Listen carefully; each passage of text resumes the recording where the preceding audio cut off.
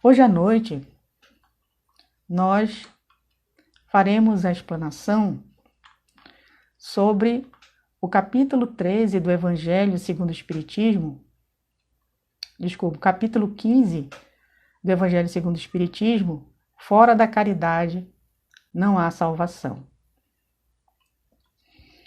Mas eu vou pedir licença para vocês, para que nós possamos fazer a leitura de um trecho do Evangelho, que é o capítulo 13. Não saiba a vossa mão esquerda o que dê a vossa mão direita. O item 4, os infortúnios ocultos. Para que nós possamos fazer uma reflexão sobre a questão da caridade diante das nossas ações do dia a dia. Quem é esta mulher de ar distinto, de traje tão simples, embora bem cuidado, e que traz em sua companhia uma mocinha tão modestamente vestida? Entra numa casa de sórdida aparência, onde sem dúvida é conhecida, pois que à entrada a saúdam respeitosamente. Aonde vai ela? Sobe até a mansarda, ou um casebre, onde jaz uma mãe de família cercada de crianças. A sua chegada refugia a alegria naqueles rostos emagrecidos. É que ela vai acalmar ali todas as dores. Traz o que necessitam, condimentando de meigas e consoladoras palavras que fazem que os seus protegidos, que não são profissionais da mendicância, aceitem o benefício sem corar. Então aqui a gente faz uma pausa para refletir sobre os aspectos da caridade nesse movimento desta mulher, que vai visitar essa família necessitada, levando a eles o material que eles precisam para se alimentarem. Então nós começamos aqui por o fato de ela ir de traje simples, embora bem cuidado. Ou seja, ela vai visitar aquela família humilde também com traje simples. Isso também é uma caridade. Porque nesse movimento, ela está demonstrando o respeito àquelas pessoas que não têm a condição social, que não têm a condição financeira que ela tem. Que muitas vezes lhes faltam até as roupas necessárias. Então, esse é um gesto de caridade. Porque isso requer humildade. Ela não foi ali ostentar o seu poder aquisitivo. Ela foi ali, como diz no Evangelho, ela foi acalmar todas as dores. Inclusive a dor de se sentir inferior. Porque muitas vezes aquelas pessoas que estão na situação de penúria, de miséria, elas se sentem inferior. Muitas vezes se sentem relegadas, abandonadas, até pela providência. E quando essa mulher chegou lá, com o material que eles precisavam, ela não levou só a parte física, mas ela levou também meigas e consoladoras palavras. A caridade também pela humildade. Fazendo com que esses seus protegidos aceitassem esse benefício sem corar. Eles não se sentiram humilhados ao receber os benefícios, mas se sentiram bem e agradecidos. Esse é um ponto em que é muito importante da caridade. Você fazer a caridade com humildade. O pai está no hospital, o pai da família. E enquanto lá permanece, a mãe não consegue, com o seu trabalho, prover as necessidades da família. graças à Boa Senhora, aquelas pobres crianças não mais sentirão frio, nem fome. Irão à escola agasalhadas e para as menorzinhas o leite não secará no seio que as amamenta. Se entre elas alguma adoece, não lhe repugnarão a ela, a boa dama, os cuidados materiais de que essa necessite. Dali, vai ao hospital levar ao pai algum reconforto e tranquilizá-lo sobre a sorte da família. No canto da rua, uma carruagem espera, verdadeiro armazém de tudo que destina aos seus protegidos, que lhe recebem sucessivamente a visita.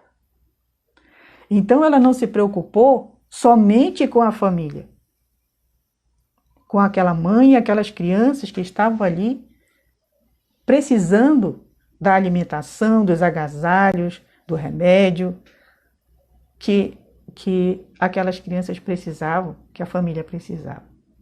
Mas ela também foi ao hospital levar o consolo ao pai, avisando de que ele podia ficar tranquilo, que a sua família estava sendo assistida. Então a gente percebe que ela realmente estava preocupada não somente em dar aqueles bens materiais para aquela família, mas ela estava preocupada com o bem-estar emocional, psicológico deles. Porque a gente sabe que quando a gente está enfermo, se a gente se preocupar com o que está acontecendo na nossa casa, a gente está no hospital, se preocupar, imagina o pai que sustentava a família ali, sem poder trabalhar. Imagina a preocupação dele de saber como a esposa e os filhos estariam se virando para se alimentar, para se agasalhar. Aí a recuperação física dele ia demorar mais ainda, por causa da preocupação que ele estava tendo. Então essa senhora foi lá também assistir o pai, numa demonstração clara de que a preocupação dela era o bem-estar mesmo deles. Ela não queria que ele soubesse que ela estava indo levar. Ela queria que ele ficasse bem tranquilo, para ficar melhor, né? Isso também é caridade. E nessa caridade, ela não precisou de nenhum bem material. Ela simplesmente foi lá no hospital fazer a visita a ele. A senhora, ao levar os bens necessários para aquela família, ela não pergunta a eles qual a crença que professam, nem quais as suas opiniões, pois considera essas pessoas como seus irmãos e filhos de Deus, todos os homens. Terminado o seu giro, ela diz para si mesma: comecei bem o meu dia. Qual o seu nome? Onde mora? Ninguém sabe. Para os infelizes é um nome que nada indica, mas é o anjo da consolação. À noite, um concerto de bênçãos se eleva em seu favor ao Pai Celestial. Católicos, judeus, protestantes, todos a bendizem. Por que tão singelo traje? Para não insultar a miséria com o seu luxo. Então, nesse aspecto, para ela, não existe nenhum tipo de preconceito ou de restrição. Ela não ajuda somente aqueles que pertencem à sua mesma religião, ou se não tem religião. Ela simplesmente age com uma outra orientação, né? Que nós devemos fazer o bem sem olhar a quem e sem esperar retorno. Coloca assim, sem equívoco, a caridade acima até da fé. É que a caridade está ao alcance de toda a gente, do ignorante como do sábio, do rico como do pobre, e independe de qualquer crença particular. né? Isso está também no Evangelho segundo o Espiritismo. A necessidade da caridade de Paulo. A máxima, fora da caridade não há salvação, ela assenta num princípio universal e abre a todos os filhos de Deus acesso. Quando eu digo fora da caridade não há salvação, significa que qualquer um pode fazer. Agora, quando eu estabeleço que fora da igreja não há salvação, eu estou delimitando o amor divino, a compaixão divina. Porque se eu considero que só aqueles que pertencem à minha igreja, à minha crença, à minha fé estão salvos, eu estou dizendo que se aqueles que estão fora não terão salvação. E também estou dizendo que aqueles que estão dentro da minha religião, ainda que eles não façam o que a religião manda, eles estarão salvos. Então, olha a responsabilidade que isso traz sobre esse pensamento, sobre essa maneira de ver. Porque quando eu delimito a salvação através de uma fé, eu estou excluindo os demais. Eu estou sendo candidato à intolerância religiosa. Eu estou sendo candidato ao preconceito, por exemplo. Mas essa senhora, ela não queria saber. Ela queria saber de que todos os homens são filhos de Deus. E por isso mesmo ela estava ali, auxiliando. Por que se faz acompanhar da filha? Para que aprenda como se deve praticar a beneficência. A mocinha também quer fazer a caridade. A mãe, porém, lhe diz: que podes dar, minha filha, quando nada tens de teu? Se eu te passar as mãos alguma coisa para que deis a outrem, qual será o teu mérito? Nesse caso, em realidade, serei eu quem faz a caridade. Que merecimento terias nisso? Não é justo. Quando visitamos os doentes, tu me ajudas a tratá-los. Ora, dispensar cuidados é dar alguma coisa. Não te parece bastante isso? Nada mais simples. Aprende a fazer obras úteis e confeccionarás roupas para essas criancinhas. Desse modo, darás alguma coisa que vem de ti. É assim que aquela mãe verdadeiramente cristã prepara a filha para a prática das virtudes que o Cristo ensinou. É espírita ela? Que importa. Então aqui nós temos uma outra caridade, uma outra face da caridade, que é a educação, a caridade da educação. Ela está educando a filha dela, que é uma filha de Deus, que está sob a sua tutela. E aqui, também no capítulo 13, do item 5, que é o óbolo da viúva, está que o ponto sublimado na caridade, nesse caso, estaria em procurar o homem no seu trabalho, pelo emprego de suas forças, de sua inteligência, de seus talentos, os recursos de que carece para realizar seus generosos propósitos. Haverá nisso o sacrifício que mais agrada ao Senhor. Então, o que quer dizer isso? que o sacrifício que mais agrada a Deus é justamente aquele que eu dou de mim, do meu tempo, da minha energia, da minha saúde, da minha intelectualidade, das minhas energias espirituais. Esse é o sacrifício mais agradável a Deus.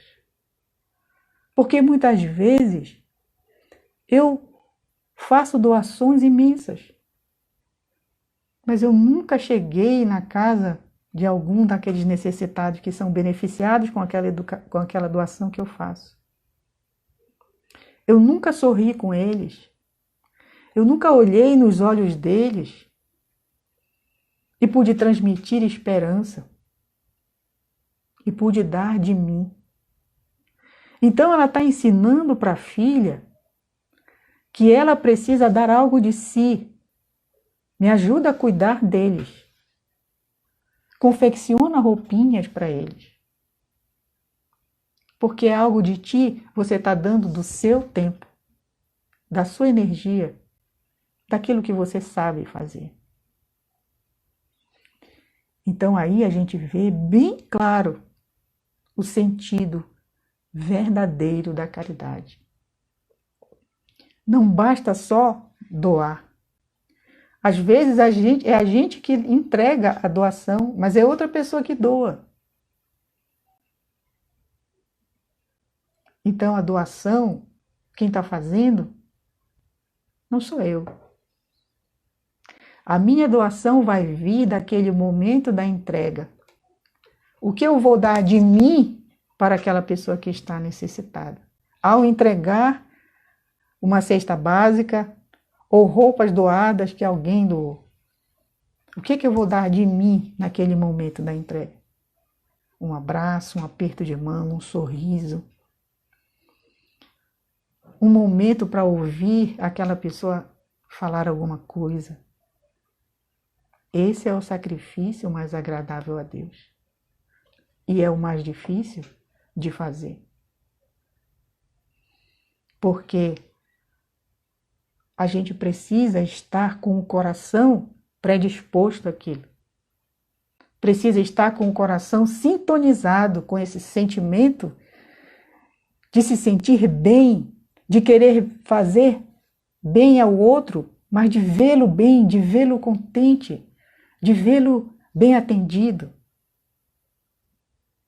O nosso coração precisa estar com esse sentimento, com esse querer, com essa vontade, para que a gente possa fazer realmente esse momento de doação que vem de nós.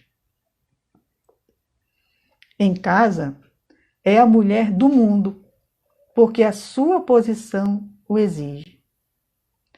Ignoram, porém, o que faz, porque ela não deseja outra aprovação além da de Deus e da sua consciência. Certo dia, no entanto, imprevista circunstância leva-lhe à casa uma de suas protegidas, que andava a vender trabalhos executados por suas mãos. Esta última, ao vê-la, reconheceu nela a sua benfeitora. Silêncio, ordena-lhe a senhora. Não o digas a ninguém. Assim falava Jesus. Então, eis aí um outro aspecto que muitas vezes a gente não entende. Que aquele moço que perguntou a Jesus, aquele moço rico que perguntou a Jesus, o que eu faço para me salvar? E Jesus respondeu, vai, vende tudo que tens, distribui aos pobres e segue-me. E ele ficou tão desolado ao pensar na possibilidade de perder tudo o que ele tinha. Mas o que Jesus quis dizer naquele momento é que ele não se prendesse aos bens materiais como seus, mas que ele utilizasse aquilo que fazia bem a ele, que dava uma boa alimentação a ele, uma boa moradia, que lhe dava uma condição digna de vida, ele também compartilhasse com aqueles que nada tinham. Então, muitas vezes a gente tem o equívoco de achar que para a gente fazer a caridade, a gente tem que deixar de lado tudo aquilo, toda a nossa vida. E a menos que essa vida seja uma vida prejudicial para nós mesmos e para aqueles que nos cercam, a gente não precisa fazer isso. Eu posso ter muito bem a minha condição social de um alto, bem elevada materialmente, financeiramente, eu posso ter. Porque, afinal de contas, o conforto é algo que é benefício para todos nós. Nós já moramos em cavernas, saíamos de lá de dentro apenas para buscar alimento. E hoje, o alimento vem à nossa porta. Hoje, nós estamos na era da intelectualidade. Por isso mesmo é que o desenvolvimento intelectual alcançou toda essa elevação que nós temos hoje. Mas a nossa elevação moral ainda está com dificuldade porque nós ainda não entendemos isso. Nós podemos ser o homem do mundo, como o próprio Evangelho diz. Sejais o homem do mundo, como vive o homem no mundo, mas não fazei disso seu principal objetivo. Porque a nossa passagem aqui pelo mundo é rápida. Ainda que a gente volte diversas vezes, essas vezes são muito rápidas. E nós devemos utilizar aquilo que há no mundo como instrumentos também para a nossa evolução. Então, quando eu compartilho os bens que eu tenho, quando eu sou capaz de não dar só aquilo que me sobra, mas quando eu me preocupo também com alguém e vou lá saber o que está acontecendo, o que eu posso ajudar, e me coloco à disposição para ajudar, então eu estou oferecendo os recursos que eu tenho para auxiliar aquela pessoa ou aquelas pessoas. Porque muitas vezes nós nos preocupamos mais com a aprovação dos homens. E eis o nosso grande erro, porque às vezes a gente procura fazer a caridade, procura fazer o bem, mas a gente divulga para que os homens vejam o bem que nós estamos fazendo. Aí daí já diz o Evangelho, nós já recebemos a nossa recompensa.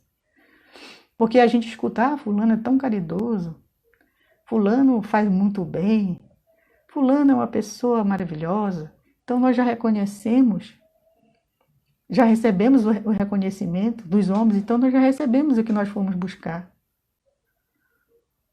Só que o que nos interessa é a aprovação de Deus.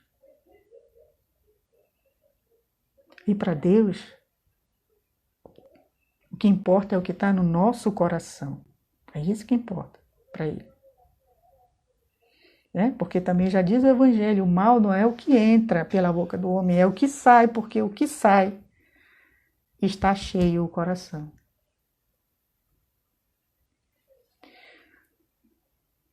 Então, meus irmãos, essa pequena história do Evangelho, que é muito bonita e é muito emocionante, ela nos traz isso. Essa senhora, ela não deixa de cumprir os compromissos com a sua vida particular. Mas ela organiza o seu tempo, a sua disposição, a condição que ela tem para contribuir com quem necessita. É isso que Jesus quer de nós. Não é? Que Deus espera de nós. Nas grandes calamidades, a caridade se emociona e observam-se impulsos generosos, no sentido de reparar o desastre.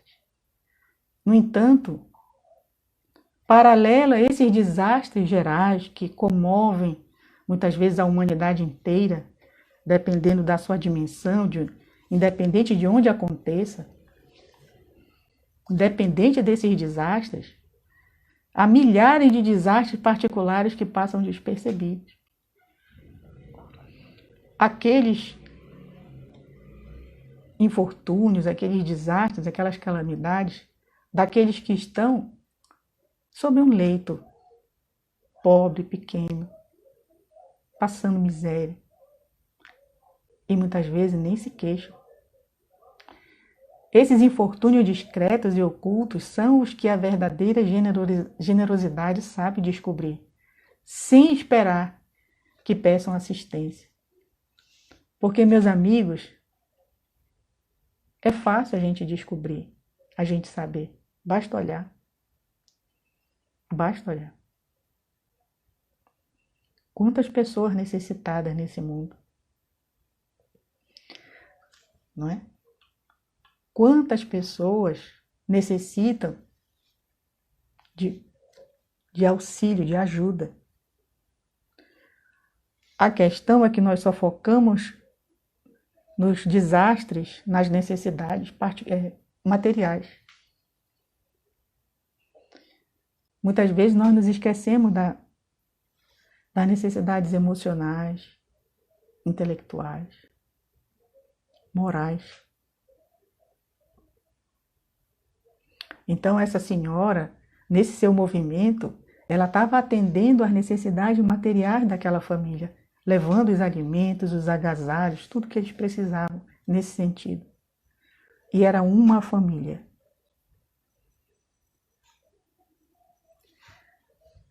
Eu estou destacando isso porque às vezes a gente não faz, porque, nossa, são tantas pessoas que precisam, mas se a gente acolher uma, se a gente auxiliar uma criança, um jovem, um idoso, um adulto que esteja em desespero, que esteja triste, desconsolado, nós já estamos ajudando. Porque quando eu forneço o alimento para uma pessoa que está passando fome, é um momento em que é uma pessoa que eu estou ajudando muitas vezes a não cair no crime, a não cair nos vícios, a não cair na enganosa ilusão do suicídio. É que nós somos, para ajudar, às vezes, até nisso, nós pensamos de forma equivocada. A gente quer, eu quero auxiliar, eu quero ajudar as pessoas que... Muita gente, porque só um pouquinho não adianta. Aí vem, né? A Madre Teresa de Calcutá diz assim: meu filho, o oceano é feito de gotas. Então, se nós fizermos uma gota, se cada um de nós fizer uma gota, imagina, hoje na Terra, se uma pessoa ajudasse uma pessoa, será que existiria a miséria?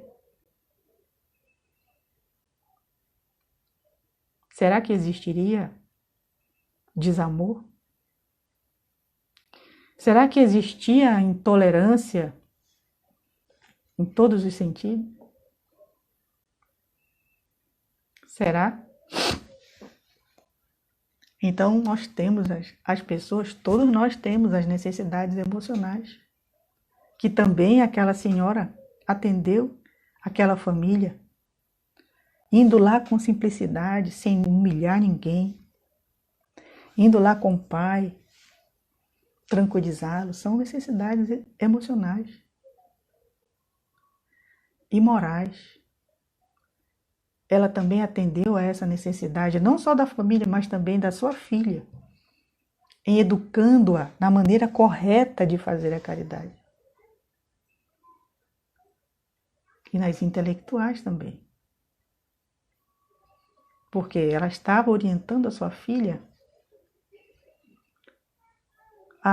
ainda que naquela condição social que eles tinham, abastada, mas que ela também soubesse utilizar-se do que tinham para auxiliar as pessoas. Então a caridade, ela é algo que a gente precisa fazer todos os dias. Porque ela não se dá só nas grandes ações. Ela se dá em pequenas e nas grandes ações. O Chico Xavier nos diz que a caridade começa pela gentileza. E então todos nós somos capazes de ser gentis. E se não fosse assim, se todos nós não fôssemos capazes de fazer a caridade, Deus não seria justo, porque apenas uma parte teria condição de realizá-la. Daí apenas esses poderiam ser salvos, ou se salvar. Mas não. Deus coloca essa condição, que fora da caridade não há salvação. Esse é o grande diferencial da doutrina espírita, que a doutrina espírita não tem como objetivo atrair adeptos. A doutrina espírita tem o objetivo de esclarecer, mas nos convidando a vivenciar o Evangelho do Cristo.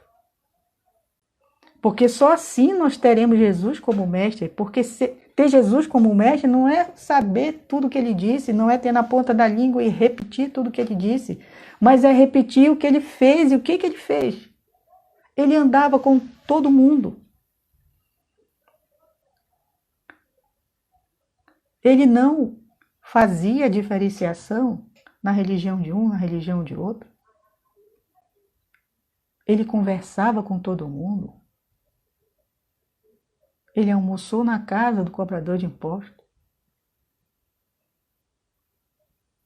Ele atendeu a Madalena, que era uma prostituta. Nunca expulsou a Madalena de perto dele. E quando nós fazemos isso, quando nós recriminamos alguns dos nossos irmãos, quando nós dizemos, não, te aparta daqui porque tu não merece estar aqui, que é a casa de Deus, nós estamos afastando aquele irmão da possibilidade de ele recomeçar o caminho. Não estamos acolhendo como Jesus fazia. Jesus acolhia a todos, indistintamente. E é necessário que a gente faça isso, porque, como disse Paulo, ainda que eu falasse a língua dos homens e dos anjos, sem amor, eu nada seria. E a caridade é o amor em ação. É a fé em ação. Porque se eu creio em Deus, eu creio no Cristo, no Evangelho, nos seus ensinamentos e nas suas ações, então eu vou procurar segui-lo. Mas agindo, fazendo, não só conhecendo, mas fazendo, sentindo aqui dentro, buscando sentir aqui dentro o que Jesus deixou de ensinamento para nós. E para concluir, o nosso irmão Emmanuel deixa essa mensagem aqui para nós, dizendo que a caridade é o processo de somar alegrias, diminuir males, multiplicar esperanças e dividir a felicidade, para que a terra se realize na condição do esperado reino de Deus. Então era essa reflexão que nós tínhamos para hoje. A gente agradece a atenção de todos vocês. E agora vamos convidá-los para fazer a nossa prece de encerramento, fazendo com o coração e com muita alegria, nos colocando à disposição do Mestre para vivenciar, para sermos instrumentos do seu Evangelho de amor, operários na grande obra da implantação do Reino de Deus na Terra. Vamos orar. Pai nosso que estais no céu, santificado seja o vosso nome. Venha a nós o vosso reino e seja feita a vossa vontade, assim na terra como é feita no céu. O pão nosso de cada dia nos dai hoje, Senhor. Perdoa, Pai, as nossas dívidas, assim como nós perdoarmos os nossos devedores. E não nos deixes cair em tentação, mas livra-nos de todo o mal, hoje e sempre. Que assim seja. Mais uma vez, muito obrigada pela atenção, pelo carinho de vocês. Que por todos nós possamos seguir em paz, com Jesus no coração. Que assim seja.